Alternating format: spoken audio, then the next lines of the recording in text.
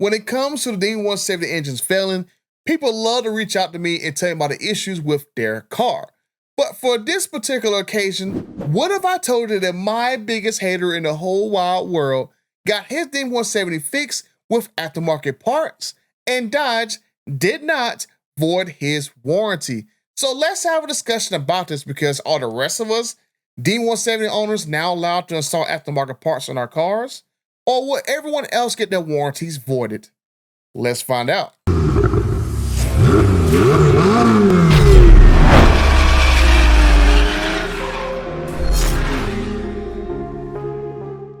Okay, I'm over 49,000 friends, and 57% of you guys who watch these videos over and over again who have not hit the subscribe button, help a butter out, because I am just so freaking close to 50,000 subscribers. Help a butter out as I try to get to the actual first milestone of this channel. But let's go ahead and get right into the situation right here, because my biggest hater in the whole wide world, the same guy who's been posting all this stuff all over the internet about me, his D170 went down that I told you guys about a few videos ago when I last talked D170, and he was the victim of a situation where Stellantis does not have parts to fix some of these cars, especially the D170, because as I told you guys over the past, year and a half of actually covering the D170, there's been plenty of cars have had to go through engine replacements. There's been times I showed you guys where dealers cannot order these engines. I've told you guys a situation where dealers had these engines, they sold to the customers, but then they had to pull the order back because Dodge needed the crate engines and the loan blocks because they was replacing the engines. And then you had situations where there was other internal issues going on with the car, with the doozy of a hoax, with the bearing missing in and stuff that people just don't want to believe. But I mean, I'm just saying, there's been a lot of engine issues with these cars over the past year and a half. Now, this particular situation with my biggest hater in the whole wide world is that his particular car had the same issue that I've been talking about for well over a year now. These dampeners in these cars, the bolts in the backside of it, for some reason, I don't know why there's bolts in the backside of it. They're coming loose, and they're actually spinning into the timing cover, and they're getting they're shaving like the metal off the timing cover and stuff because there's nowhere for it to fall out. And then they're just digging into the timing cover, and then you have like a 50-50 shot from there to either your engine is seized and you need a whole new engine, or you're just okay with needing a new dampener or a timing cover. But this right here is a very odd situation with this particular dampener, because I never heard this before in other 6.2 liter supercharged Hemi V8 engines, right? I never heard of the same thing in regular Hellcats, Red Eyes, Super Stocks, 2018 Demons, the Ram TRX. I never heard of this stuff going on this many times in all these other vehicles, right? The only real main difference between all those engines and D170 engine, the D170 is putting out a lot more power and putting out a lot more pressure. So I don't know whether or not that translates into that crank spin is so hard and so violent that it transfers into the actual dampener and the bolts are coming out because they're not either torqued properly or the torque specs aren't good enough for that particular engine.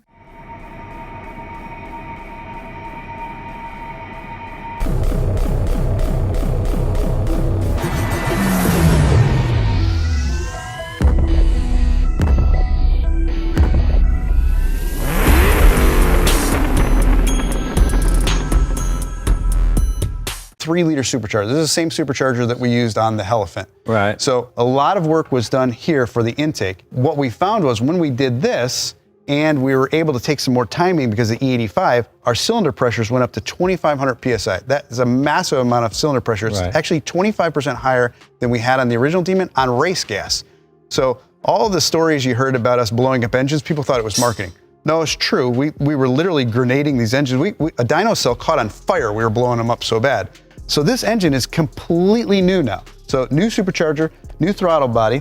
We redid the heads so that we could use studs in the heads, and then redid the block machining, new crank, new pistons, new rods, new bearings. The only thing that carries over from the original is the camshaft. That's it. But something is definitely going on to where this is only a problem for the D170 and this engine. And if we are expected to believe that with emission stuff getting deregulated and stuff, the big beautiful bill getting rid of CAFE, and all this other stuff going to happen into where these companies like Stellantis and Ford and GM are not going to be punished anymore for, you know, having high emissions vehicles, then it's going to be kind of scary when this same engine is placed in other vehicles.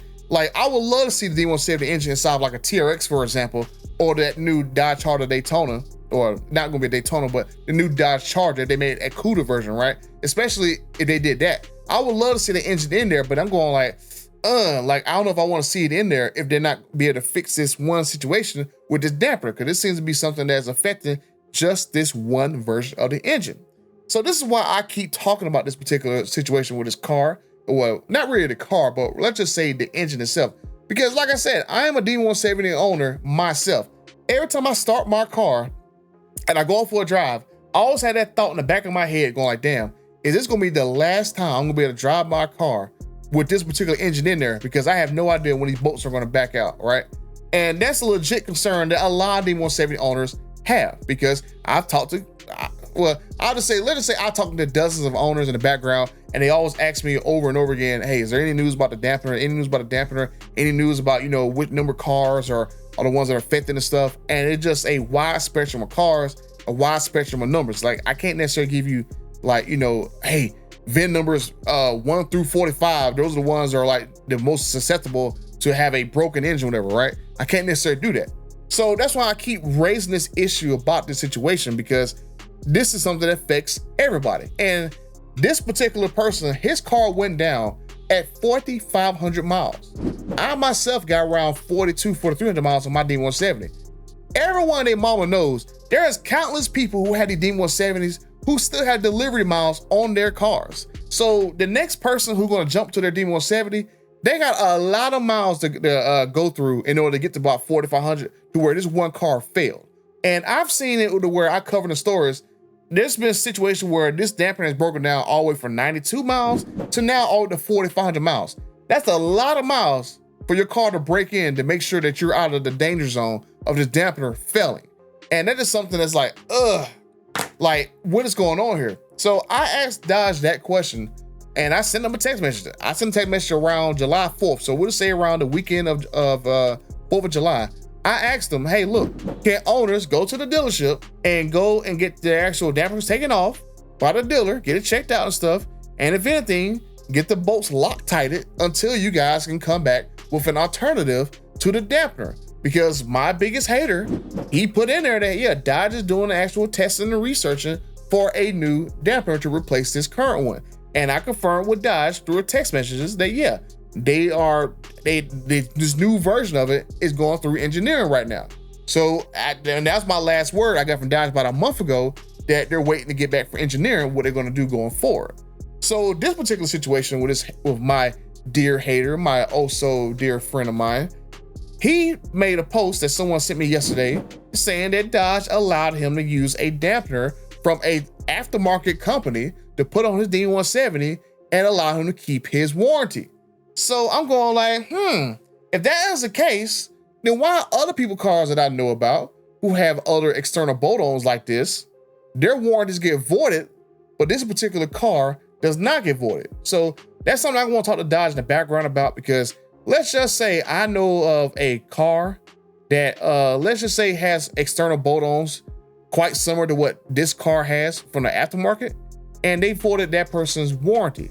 So why in the world is that one person's warranty gets voided, but this person's warranty right here is not voided, right? It doesn't make any sense. And if this is the case, that if this is approved for every single person who has D170 to go to get a new dampener from ATI, for example, could we all go and get a dampener from ATI, go buy it, go ahead, a dealer put it on there, and then send Stellantis the bill, and then they go fix everybody's car?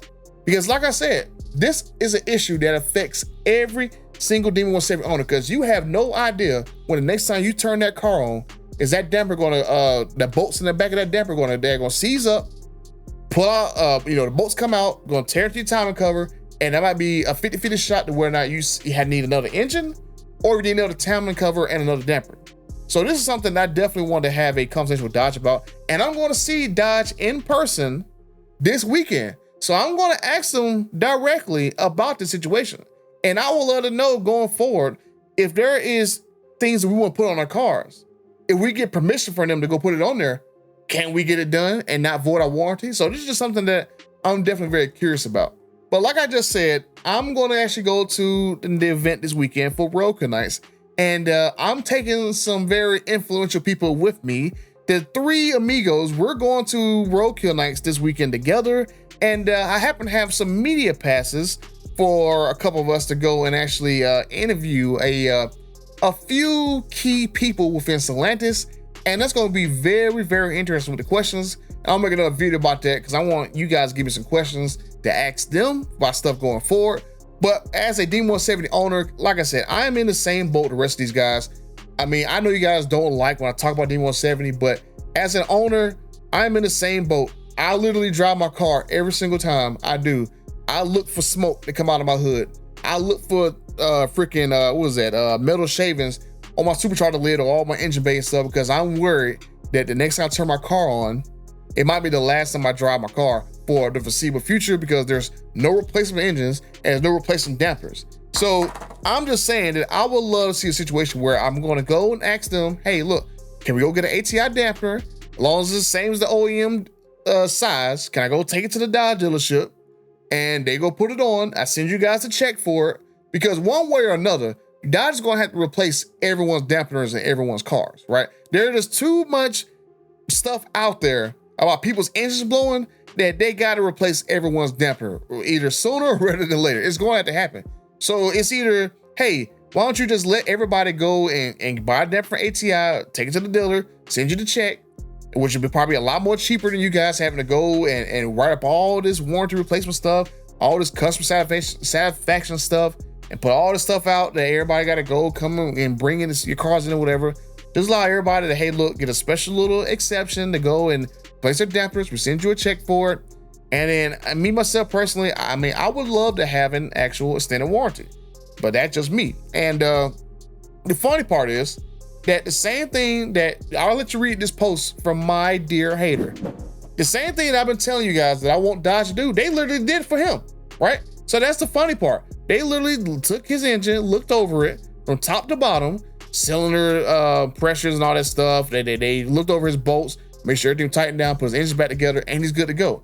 That's literally the exact same stuff I've been preaching for over a year for them to do to everybody's cars. So I'm just saying, if you can do it to his one car, why not do it to everybody else's car? And I'm going to ask that question. But let me know what you guys think down in the comment section down below. Should Dodge let customers go in and get these replacement parts for their cars? That way we can have a CYA to make sure these engines stop blowing. That seems to be what the 99% of the reason why everybody's car has been blowing for this one particular part, and we seem to have a solution for it. So should Dodge let customers go ahead and do this and not void a warranty? Should Dodge give everybody extended warranty just to say, you know, we stand behind our product? And should Dodge take everyone's D170s, bring them in, do checks on every single engine and stuff, and give everybody a good bill of health and send us all months away, and then we can stop making videos on how bad the engine is in D170? Because I love my D170 to death, but like I said, I'm not going to be that type of person that's going to lie and say I'm not afraid every time I turn my car on, right? And I would love to see this engine get a clean bill of health. Hey, look, we're going to fix this, we're going to fix that, and then I want it in the TRX. I would love a TRX with 1,000 horsepower E85 engine. I want it. I mean, put it in that stupid little, I mean, like I said, I don't really like the Charger Daytona, and I don't like the Charger's new body style that much, but I would buy that new body style if there's a 1,000 horsepower E85 engine in there, right? Or even better, with all the stuff going on with emissions and stuff, hell, put a 426 Hellfin in there for all I care. I would buy that. Put a 426 Hellfin in the TRX. I would definitely buy that. But let me know what you guys think down in the comment section down below. And if you want to check out the video I just made about all the emissions about to go away in the next, 30, 40 days, you can check out this video right here. And until the next time, I am out.